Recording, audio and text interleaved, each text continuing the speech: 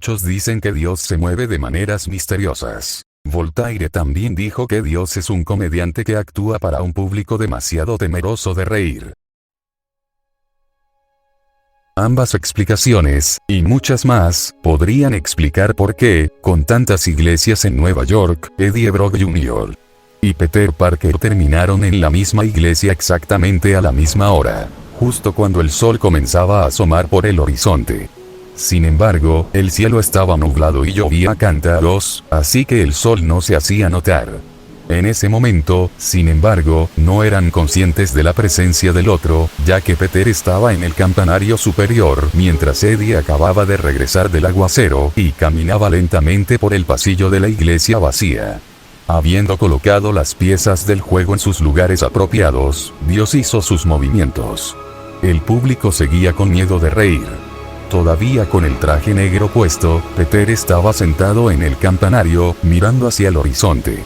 Su elegante traje italiano estaba amontonado a un lado. No tenía ni idea de qué hacer. Las palabras de Curtis Connors lo atormentaban. Tiene características simbióticas. Necesita siempre adherirse a algo para sobrevivir. Y a veces estas cosas, cuando se adhieren, puede ser difícil desprenderlas. Al oírlas por primera vez, se rió de ellas. Pero seguía repitiendo la imagen de haber golpeado a Mary Jane, y era como si le hubieran dado agua helada en la cara una y otra vez. Una enorme campana de iglesia colgaba sobre él. Era 3 veces más grande que él, pero no le prestaba atención.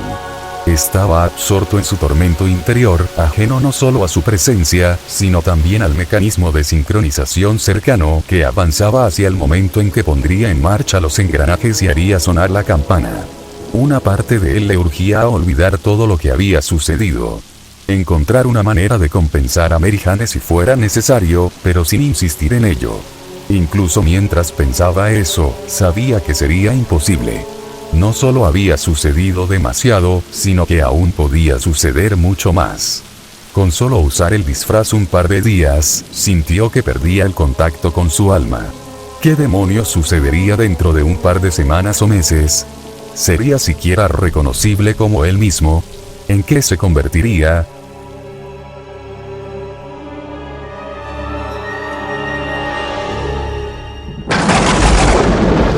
No podía arriesgarse a descubrirlo. Peter se puso de pie y comenzó a ponerse el traje, pensando que podría quitárselo tan fácilmente como la última vez. Estaba equivocado. Quizás presintiendo que la situación había llegado a un punto crítico, el traje se negó a ceder. Peter tiró con más fuerza, usando todo el poder de la increíble capacidad adhesiva que tenía en las yemas de los dedos. Nada. El traje se estiró como plastilina y luego volvió a su lugar. Empezó a hundir las uñas, tirando tan fuerte como podía. «Oh Dios mío, quítate de mí, quítate de mí, quítate de mí». El simbionte alienígena no le respondió, pues no poseía ese poder de comunicación. Sintió una profunda sensación que lo impregnaba, una sensación que no provenía de él, sino del traje. Si hubiera tenido que encontrar palabras para expresar las emociones que proyectaba el traje, habría sido asco. La sonora música de órgano inundaba la iglesia mientras Eddie caminaba lentamente por el pasillo. Miró hacia el órgano, que estaba allí, en silencio. La música provenía de algún otro lugar. Probablemente de un sacristán o alguien similar tocando música grabada. Era insoportablemente escalofriante y le daba un aire gótico y amenazante a la capilla. Sintiéndose triste, solo y patético, se sentó y contempló la imagen de Cristo en la cruz. Un hombre con buenas intenciones que había sido crucificado por sus problemas.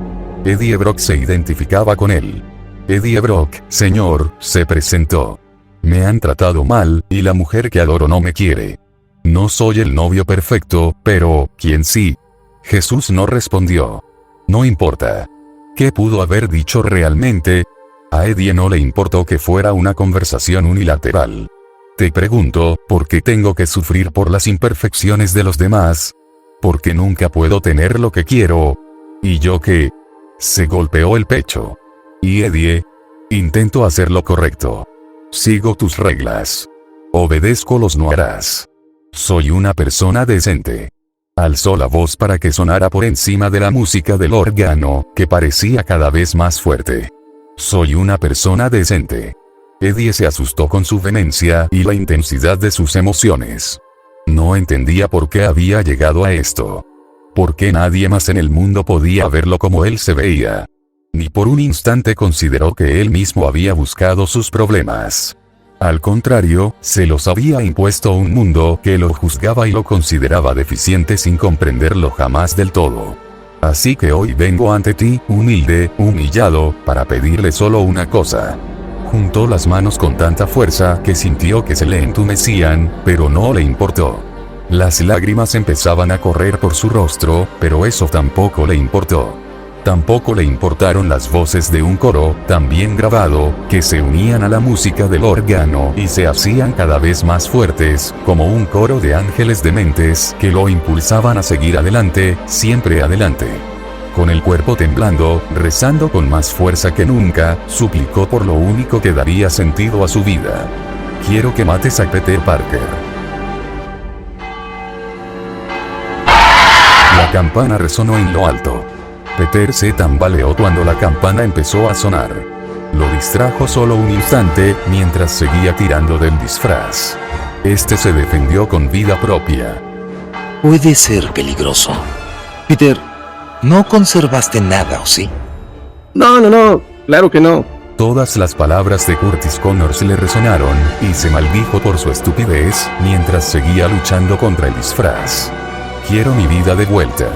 Devuélveme mi vida. Peter pensó furioso, y el traje redobló sus esfuerzos, aparentemente luchando también por su propia vida. La campana resonó sobre ellos, ensordecedora, y al parecer pareció desestabilizar al traje. Sintió que se aflojaba un poco, que su influencia comenzaba a disminuir. Estaba ganando la batalla de voluntades. Te tengo, cabrón, pensó con tristeza, sin darse cuenta de que la sustancia negra empezaba a filtrarse por una grieta del suelo. Eddie Brock, al salir de la iglesia, pasó bajo el campanario, situado sobre la puerta principal. La campana resonaba en lo alto, y de repente, algo le cayó en el hombro con un fuerte golpe. Genial. Las palomas me están cagando encima. Gracias por responder a tu oración, Dios. Extendió la mano para quitárselo y vio que no se parecía a nada que hubiera visto antes.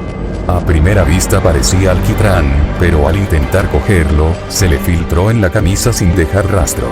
Se giró, pensando que quizás se había caído al suelo, pero no. No había nada. Entonces otra gota le cayó en la otra manga. Esta vez no le quitó la vista de encima mientras, una vez más, le empapó la camisa y desapareció. ¿Qué demonios?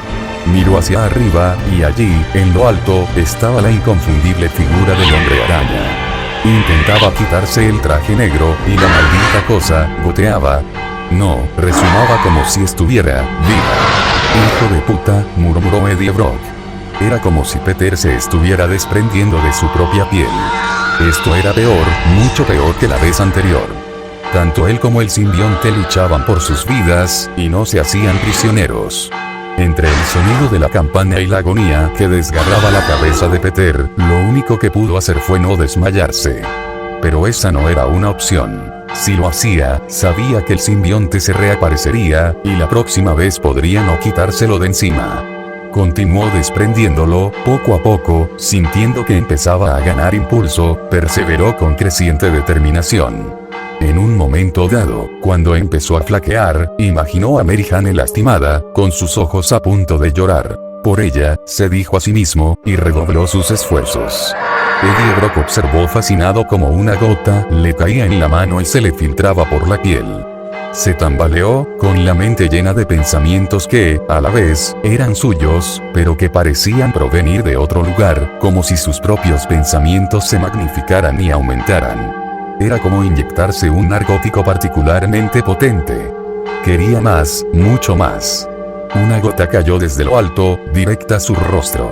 Abrió la boca, la recogió con la lengua, como un copo de nieve, y la tragó. Ardía agradablemente, como un buen vino. Las sombras a su alrededor parecían más grandes y oscuras. Le gustaba. El hombre araña gritaba en lo alto. ¡Qué cobarde! ¡Qué marica! Claramente no era lo suficientemente hombre para aceptar lo que esto fuera, tenía para dar. Eddie levantó los brazos por encima de la cabeza y empezó a gritar en sincronía con el hombre araña, burlándose de él. Pero mientras que el de Héroe provenía del miedo y el dolor, el de Eddie era un grito de furia primigenia contra todas las injusticias que el mundo le había impuesto. Le debía todo eso al mundo, y fue entonces cuando empezó a cobrarse la revancha y el grito de Brock cambiaba a medida que continuaba. Se hacía más grave a cada instante, a medida que la sustancia negra lo cubría, hasta que su voz dejó de sonar humana. Podría haber sido el gruñido de una bestia, un león que lanzaba un desafío, o incluso un dinosaurio de una era primigenia que desataba un rugido ensordecedor diseñado para congelar a su presa en seco.